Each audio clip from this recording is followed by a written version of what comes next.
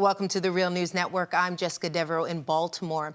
Last week, Washington, D.C. Mayor Vincent Gray vetoed a living wage bill that had been passed by the City Council in July.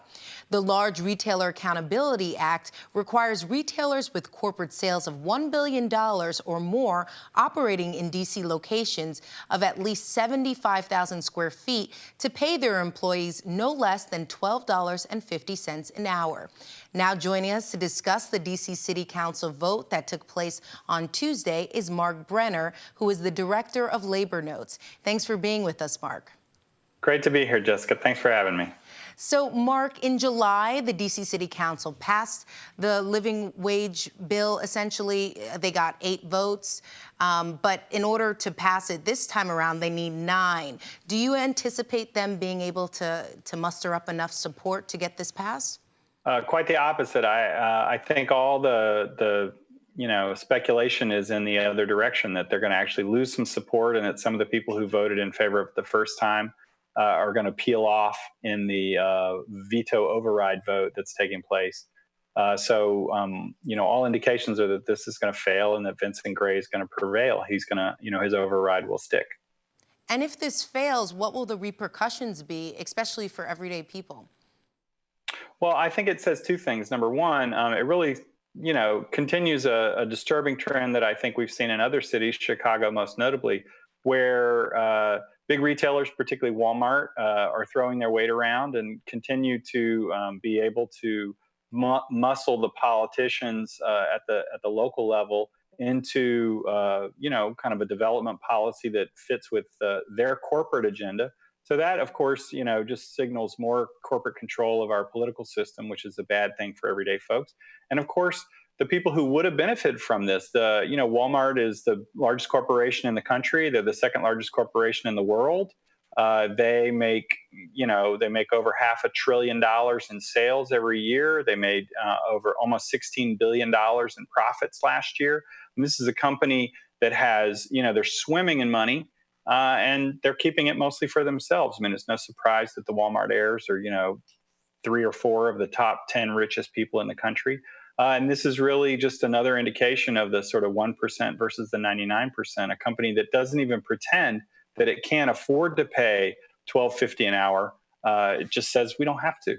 And we're going to use our political muscle to make sure that that stays true. And then what do you make of that argument that consumers at the end of the day will be paying more if Walmart were to pay its workers a living wage? What do you make of that? Well, it's interesting you brought that up, Jessica, because this is something that in another life, when I was a researcher at the University of Massachusetts, we spent a lot of time looking at what would be the impact on consumers of living wage ordinances, particularly for retail employers like this. And there was a study about 2 years ago looking at this question about Walmart nationally, like what would actually happen if Walmart were forced to pay $12 an hour to all of their workforce, their national workforce. First thing that we found in this study was that it would benefit a whole lot of people. There's almost 900,000 workers that work for Walmart who make less than $12 an hour. And it would raise wages by almost $3.2 billion, which sounds like a huge number, right? $3.2 billion. First, we got to point out that it's less than a quarter of Walmart's profits for last year. It's actually less than 20% of their profits, which were close to $16 billion. But even more important for consumers, it only adds up to about 1.1% of all the sales that the company recorded. So on average, raising wages to about $12 an hour at Walmart would really only raise costs by about 45 cents per shopping trip for Walmart customers. So, it's one of those situations, as we see with living wage ordinances generally, where the benefits are very concentrated, the costs are very dispersed. So it's really kind of a win-win. Unfortunately, as we said before, politically, Walmart is making sure that this is not going to happen. Okay, and we should note that the D.C. public seems to be in favor of this living wage bill. There was a survey recently that came out done by the Hart Research Associates. They found that 58% of city residents supported an override of Gray's veto, while only 35% thought the veto should stand. So, Mark, there are those that argue still that this bill is really more about trying to harm Walmart than really giving people a living wage. And some are even arguing that competitors like Giant, at Target, Safeway, and employers like that should be paying that living wage as well. And the focus should really be on raising the minimum wage across the board. What do you make of that? Well, they're not mutually exclusive, of course, Jessica. I'm all in favor of raising the city minimum wage. I know City Councilor Tommy Wells has actually suggested raising the minimum wage to $10.25 in the district. And I think that that couldn't happen fast enough. I mean, frankly, I've been involved in the living wage movement since the mid 1990s, and after 15 years, I hate to say that we're still talking about, $8, $9, $10 an hour. It's really unbelievable that we've been working on this for so long and we're still asking for so little. So I think the faster we can get up to something closer to $15 or $20 an hour, which is what it really would cost.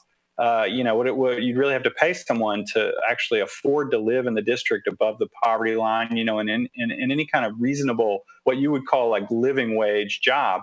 That's what it would take. I'm all in favor of raising the citywide minimum wage, but I did want to say, in terms of is this really just sort of punish Walmart kind of city council ordinance? I disagree. I think that the standards are very transparent. We're going after big box retailers. I mean, these are some of the biggest companies in the country, in the world. They've made outsized profits off of us, the consumer, for years and years and years, and they're putting very little back into their workforce. So it's about time that they did their share. And I think that as far as local businesses that are already, above the sales threshold and above the square footage threshold, they're going to be affected by this too. They just have a longer phase-in period, about 4 years.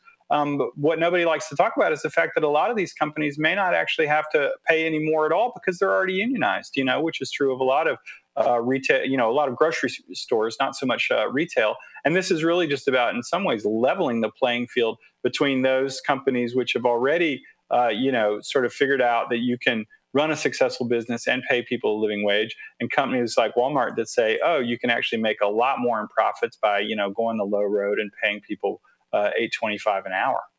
Okay, well, thank you so much for joining us, Mark. Great to be here, Jessica. Thanks for having me. And thank you for joining us on the Real News Network.